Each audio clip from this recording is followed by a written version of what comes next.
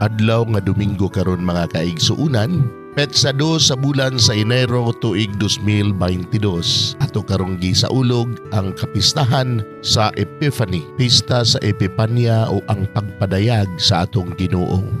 Ang pagbasa kinutlo gikan sa Ebanghelyo sumala ni San Mateo, kapitulo 2, bersikulo 1 ngadto sa 12. Natao si Jesus sa lungsod sa Bethlehem, sa lalawigan sa Judea, sa panahon nga naghari si Herodes. Unya may mga tao nga may kaalam bahin sa bituon nga nangabot sa Jerusalem, gikan sa sidlakan ug nangutana. Hain man ang bata nga natao nga maoy mahimong hari sa mga Hudeo. Nakita namo ang bituon nga nagpahibalo sa iyang pagkatao sa pagsubang niini didto sa sidlakan og mianhi kami aron pagsimba kaniya.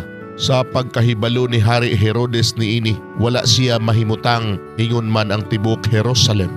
Gitigom niya ang kadagkuan sa mga pari ug ang mga magtutudlo sa balaod ug gipangutana niya sila. Asa man mataw ang Mesiyas, sila mitubag.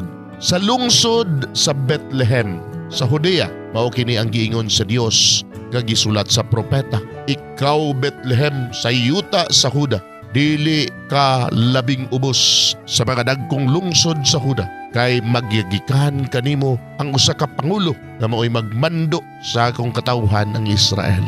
Busa gipatawag ni Herodes sa hilom ang mga maalamong bisita kagikan sa sidlakan. Iyang nasayran gikan kanila ang untop nga taknga sa pagsubang sa bituon. Unya gipaadtong niya sila sa Bethlehem nga nagingon, lakaw kamo og pangitaa pag-ayo ang bata, ug kun makaplaga na ninyo siya, pahibalo ako aron moadto og mosimba usab kaniya.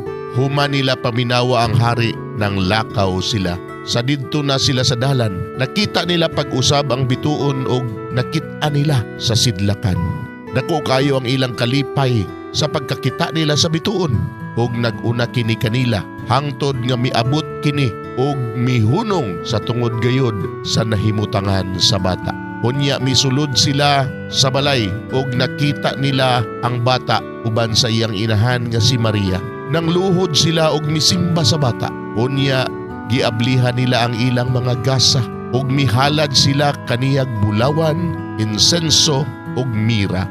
Pinaagi sa damgo, gipahimatnunan sila sa Dios. Dili pagbalik ngadto kang Herodes, busa na mauli sila agi sa laing dalan. Mga igsoon ang Ebanghelyo sa Ginoo, daygon ikaw o Kristo.